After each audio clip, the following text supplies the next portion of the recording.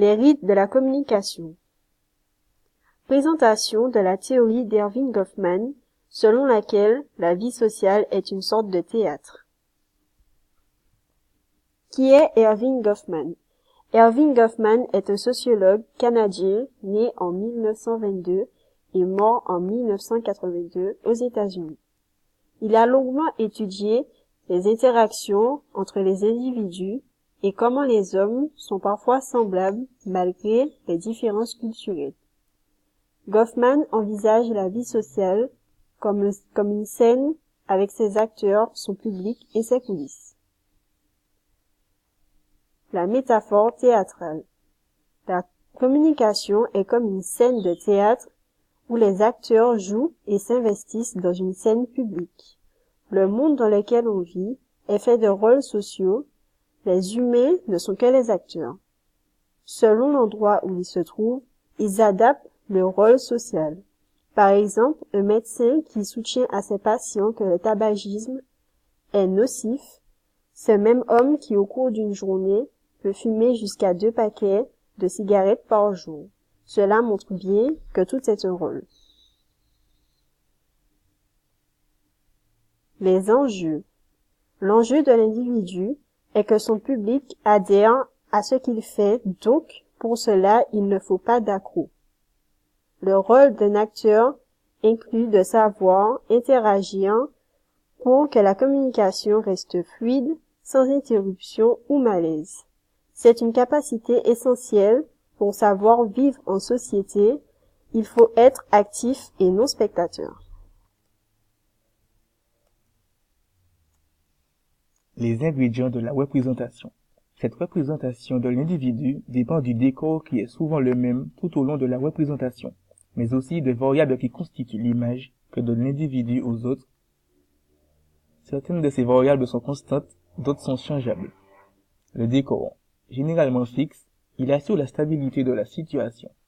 Il s'agit par exemple d'une salle de classe où le professeur pourra présenter son cours dans un environnement familier favorable. La façade personnelle. La façade personnelle est l'ensemble des signes distinctifs de la fonction, le vêtement, le sexe, l'âge, la physionomie, l'attitude, la façon de parler. Ces éléments sont à la fois stables, comme le sexe, les caractéristiques raciales, ou pas, l'attitude, les gestes. La fausse note. L'image et le lieu où elle est donnée par l'individu sont souvent en symbiose. Un changement brutal d'une de ces deux composantes perturberait la représentation car le comportement deviendrait inapproprié, incompatible. Lorsqu'il y a décalage, lorsqu'un élément diverge, cela attire immédiatement l'attention. C'est là que la situation stable peut se rompre. L'écart entre notre comportement et le rôle social que l'on doit avoir est ce que Goffman appelle la fausse note. Réussir l'acte de communiquer. Les acteurs et leur public utilisent la façade et les jeux de rôle qu'ils s'attribuent pour y parvenir. Pour réussir l'acte de communiquer, les individus mettent en scène et idéalisent leur rôle grâce à la maîtrise de l'impression. Ainsi, le médecin utilisera le froncement des sourcils, une voix grave pour accentuer la gravité, le sérieux et sa légitimité de médecin. Comment éviter la fausse note? Être dans la représentation et jouer son rôle pour que tout se passe bien exige de ne pas faire de fausses notes. Et Goffman insiste, la gaffe est vite arrivée. Dans ce cas, chacun est là pour que le malaise se dissipe et que globalement, tout se finisse bien. C'est ce que Goffman appelle les techniques de protection. Par exemple, le tact. En effet, si j'entends derrière la porte une inconnue pleurer, je vais frapper ou tousser pour ne pas la mettre mal à l'aise, pour la prévenir de ma présence, ou encore, devant un aveugle, on évitera de parler du regard. C'est là où la dimension d'une communication sociétale prend son sens. C'est s'adapter et faire ce qu'il faut pour que tout se passe bien.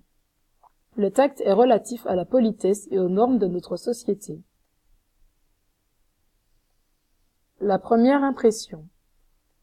Lors d'un premier contact, quand on aborde une personne, nous avons une personnalité, mais nos attitudes sont différentes en fonction de ceux avec qui nous interagissons, leur importance, leurs rôles sociaux.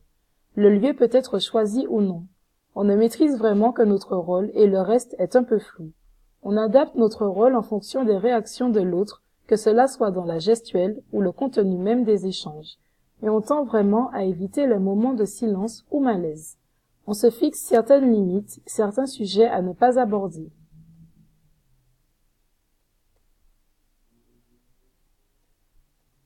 En somme, d'après Goffman, la vie sociale est une sorte de théâtre où les individus sont des acteurs qui endossent des rôles différents selon qu'ils soient au travail, en soirée, entre amis ou dans l'intimité du foyer.